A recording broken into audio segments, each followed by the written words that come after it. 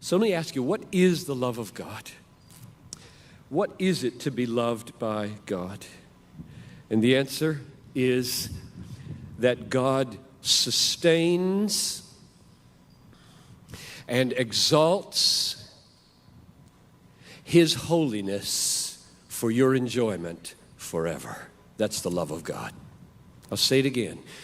The love of God is His passion to sustain and uphold and exalt His holiness in His Son for your everlasting enjoyment.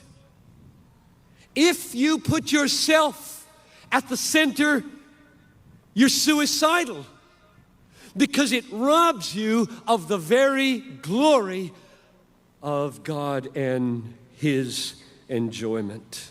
Now, in closing, if this happens, and I pray it happen, that God would turn this generation into a generation passionate for the holiness of God, everything would change.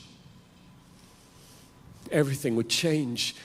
Your view of sin would change if He gave you a passion for the holiness of God. You would no longer think in terms of sin as the damaging of man, but as the dishonoring of God.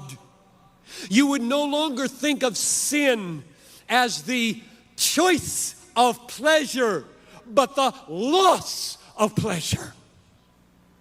It would change the way you view the righteousness of God. You would no longer think of the righteousness of God of simply doing what is right by you. You would think the righteousness of God is His unswerving allegiance to always be right by Himself, that is, to exalt what is infinitely worthy, namely His holiness and His glory. It would change the way you look at the cross. Oh, it would be precious. You would sing, I love the cross, I love the cross. But you would sing about your love for the cross, not like you're told in so many books and so many sermons, that there you can see how much you were valuable to God. But rather, you would stand at the cross and see two things.